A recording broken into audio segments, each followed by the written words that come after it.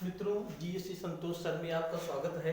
आज के क्लास में हम अति महत्वपूर्ण टॉपिक के बारे में चर्चा करेंगे, अर्थात सबसे महत्वपूर्ण टॉपिक जहां से परीक्षा में बार बार क्वेश्चन पूछे जाते हैं। संविधान के महत्वपूर्ण भाग।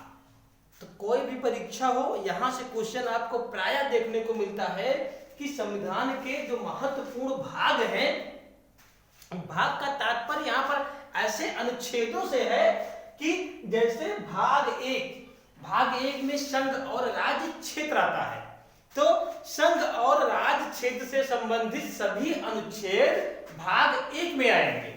मूल संविधान में 22 भाग थे, किंतु इस समय भागों की संख्या 25 है।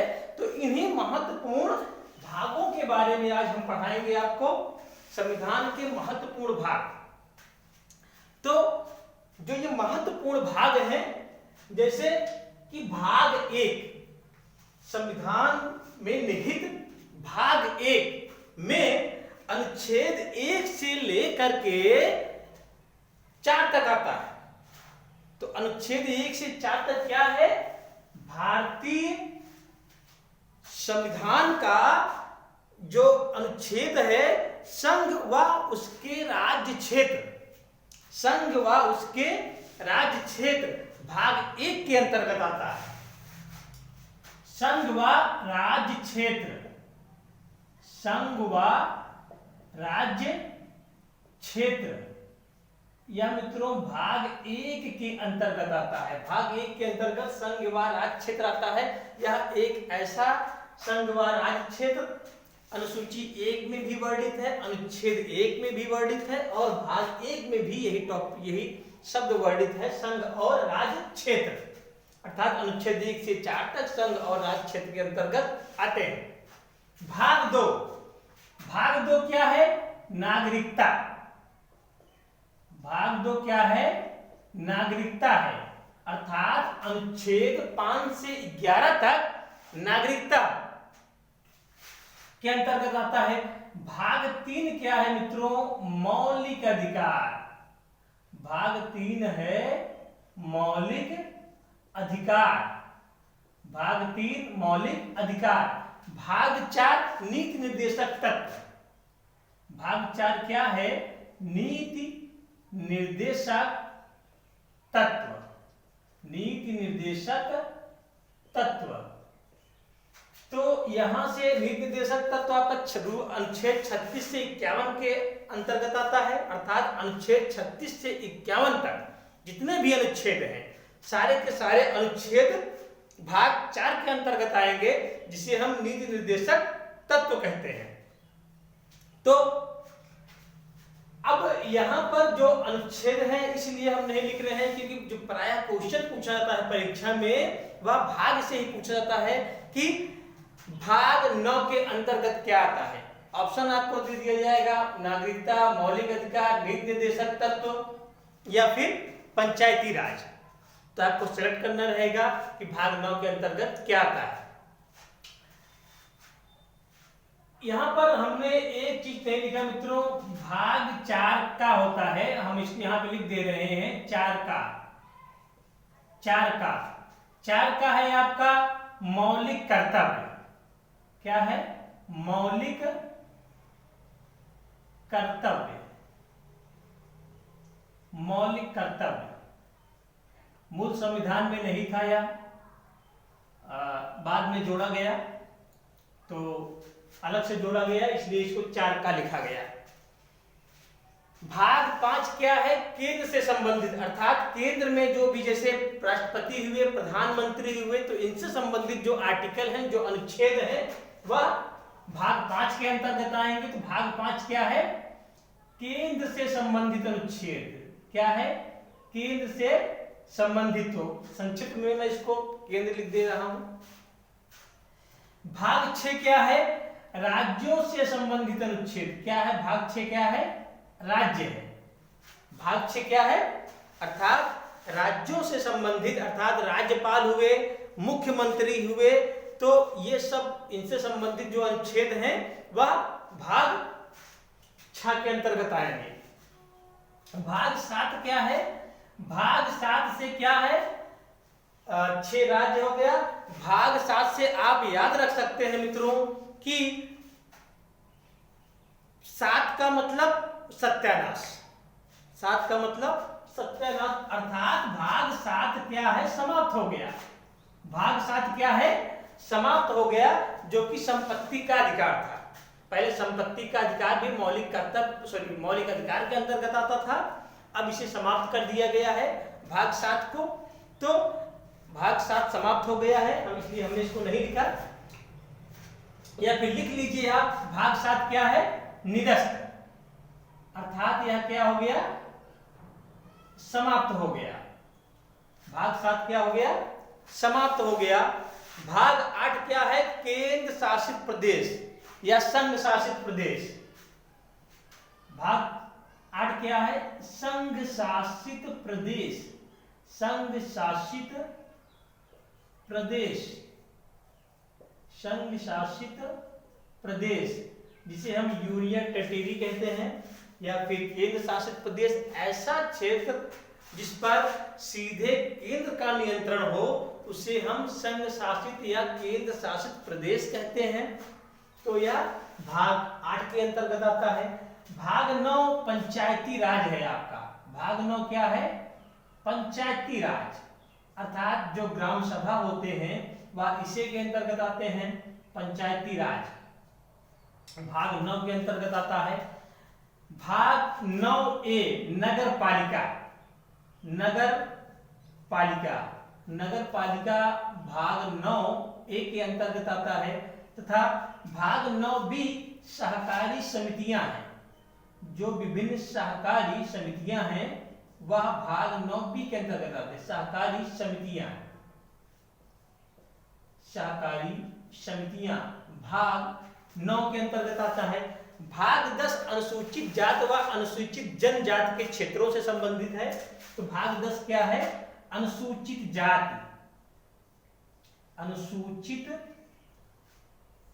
जाति व जनजाति, अनुसूचित जाति व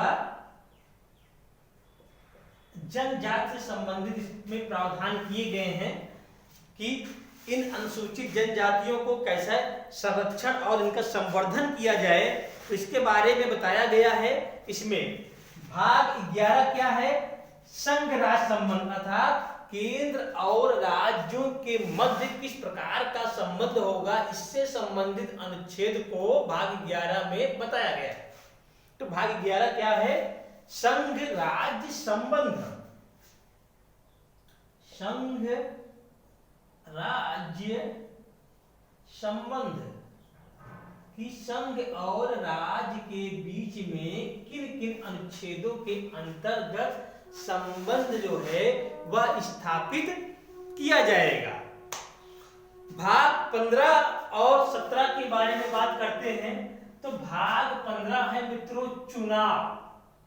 भाग 15 क्या है, चुनाव है, अर्थात इसमें चुनाव के बारे में दिया गया है। 324 से 329 के अंतर्गत आता है ये, पर आपको यहाँ पर इन महत्वपूर्ण भागों को याद रखना है।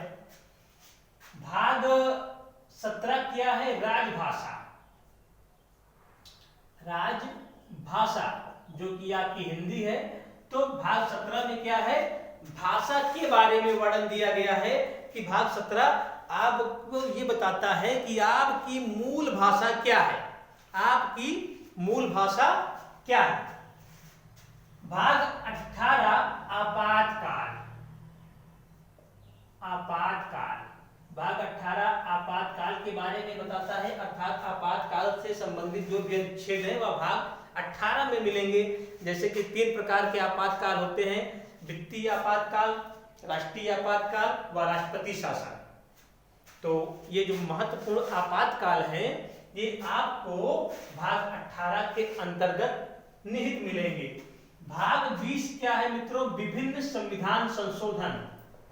भाग 20 क्या है, संविधान संशोधन, संशोधन। आर्टिकल 368 से आप संविधान के किसी भी भाग को संशोधित कर सकते हैं। उसके बारे में आपको क्या बताता है, भाग 20 बताता है। तथा लास्ट आपका है भाग 22। भाग 22 क्या है? संक्षिप्त करना, अर्थात किसी नाम को संक्षिप्त करना। अर्थात भाग 22 क्या कहता है? आपको संक्षिप्त नाम के बारे में बताता है। संक्षिप्त नाम, भाग 22 संक्षिप्त नाम से संबंधित है। तो ये जो आपके महत्वपूर्ण भाग के बारे में हमने लिखा, यहां से क्वेश्चन अक्सर एक नंबर को देखने को आपको मिलता है। कोई भी कंपटीशन हो, रेलवे ग्रुप डी हो, एनटीपीसी हो, या फिर पीसीएस हो, यूपीएससी हो, तो अब इनको याद करने के बारे में क्या है मित्रों कि हम किसी प्रकार का ना ट्रिक व्रिक का यूज नहीं करेंगे ना। अगर आप जो है 3 से 4 बार इनको पढ़ेंगे तो आपका अपने आप स्वतः यह तैयार हो जाएगा। तो चलिए हम इसको देखते हैं। भाग 1 क्या है? संघ व राज्य क्षेत्र। भाग 2 क्या है? नागरिकता। भाग 3 मौलिक अधिकार। भाग 4 नीति निर्देशक तत्व। भाग 4 का मौलिक कर्तव्य। भाग 5 केंद्र। भाग 6 राज्य। भाग 7 निरस्त हो गया। भाग 8 संघ शासित प्रदेश। भाग 9 पंचायती राज। 9A नगर पालिका। 9B सहकारी समितियां। भाग 10 अनुसूचित जाति व जनजाति से संबंधित है। भाग 11 संघ व राज्य संबंध। भाग 15 चुनाव। भाग 17 राजभाषा। भाग 18 आपातकाल। भाग 20 विभिन्न संविधान संशोधन व भाग 22 संक्षिप्त नाम। अगर आर्टिकल की बात की जाए तो आपका जो संघ व राज्य क्षेत्र है, आर्टिकल 1 से 4 तक आता है। उसके बाद नागरिकता आपकी 5 से 11 तक आती है। मौलिक कर्तव्य 12 से 35 तक आता है। नीति निर्देशक तत्व तो 36 से 51 तक आता है। तथा 51 का आपका मौलिक कर्तव्य है। और इसके पहले आपका 12 से 35 तक जो है वह मौलिक अधिकार के अंतर्गत आता है। तथा केंद्र की बात की जाए तो यह 51 से 151 तक केंद्र के अंतर्गत आता है। तो यहां पर आपको अनुच्छेदों से क्वेश्चन नहीं पूछा जाता है। सीधे परीक्षा में पूछा जाता है कि भाग 4 के अंतर्गत क्या आता है। ऑप्शन आपको दे दिया जाएगा मौलिक अधिकार, नीति निर्देशक तत्व, संविधान संशोधन या फिर संक्षिप्त नाम। तो आपको सही ऑप्शन टिक करना रहेगा कि भाग 4 के अंतर्गत नीति निर्देशक तत्व आता है।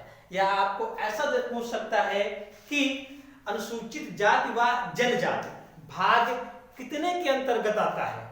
ऑप्शन आपको रहेगा भाग 1, भाग 10, भाग 9 और भाग 3।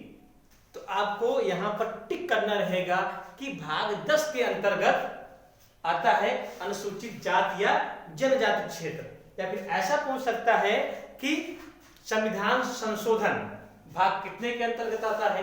ऑप्शन आपको दे दिया जाएगा भाग 2 के अंतर्गत, भाग 22 के अंतर्गत, भाग 21 के अंतर्गत या फिर भाग 20 के अंतर्गत।